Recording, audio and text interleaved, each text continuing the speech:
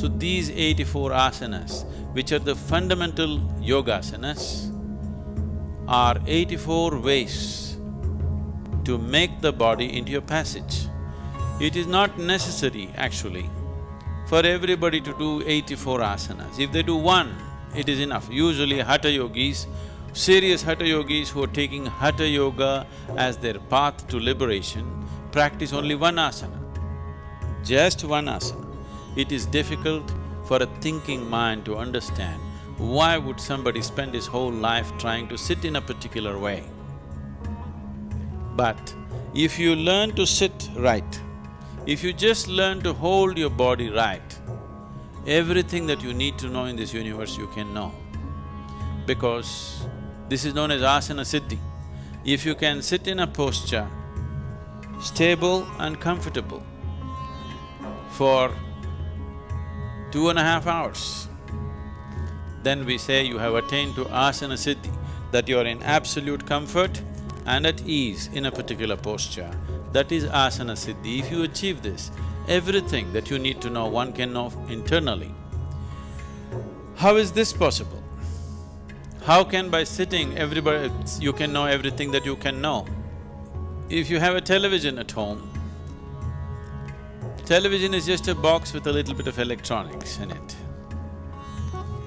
But it becomes a world by itself.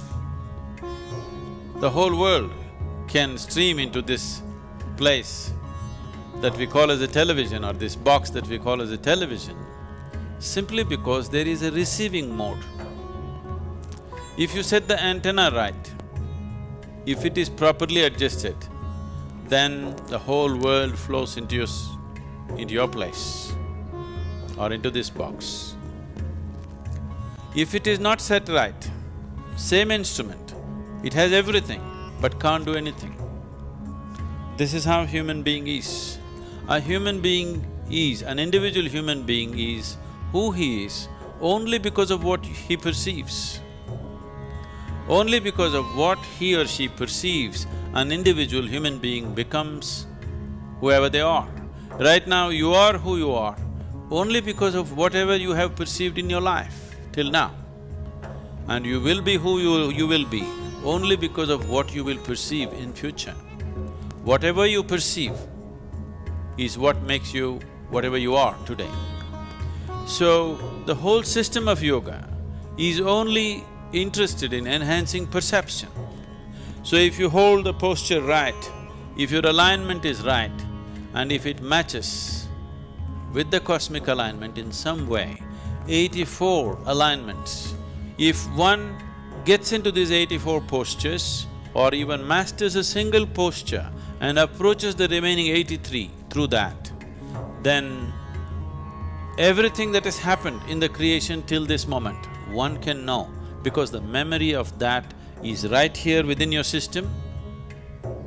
In a, let us say in a codified way, it can be activated and ignited if it touches another dimension outside of yourself. So asanas are powerful means, yogasanas are powerful means to connect.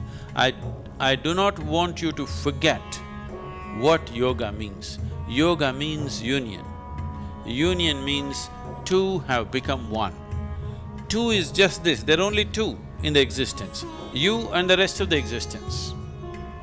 In the rest of the existence, you may identify this one, that one, that one, but essentially there are only two, you and the rest of the existence, because there are only two dimensions of experience within you.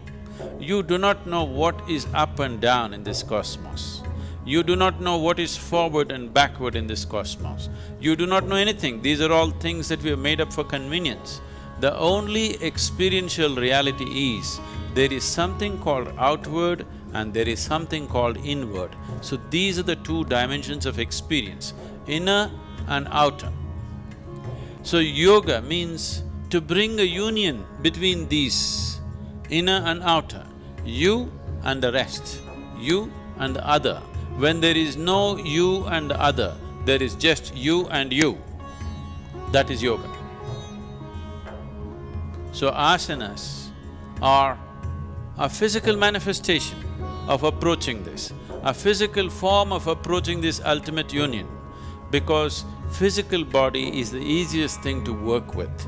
If you try to do something with your mind, it will play too many tricks. At least with the body, you know whether it's doing it right or not doing it right, whether it's cooperating or not cooperating. A mind, if you push it too hard, it will play all kinds of tricks with you. It will make you believe all kinds of things and dump you the next day. But body is not like that. It is a reliable factor. If you work with it sensibly, the yogasanas will definitely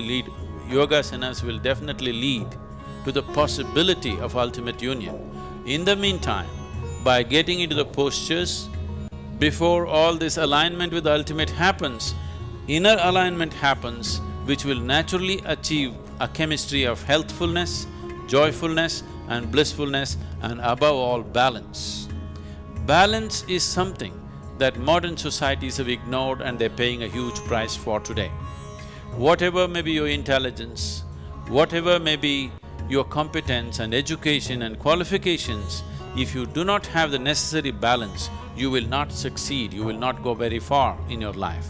So, the most important thing for people who are seeking to be successful, people whether they're working in corporate sector or they're political or they're military or whatever field, the most important thing is balance. Only if you have a balance which is not disturbed by external situations, will you be capable of making use of the competence and intelligence that you carry within you.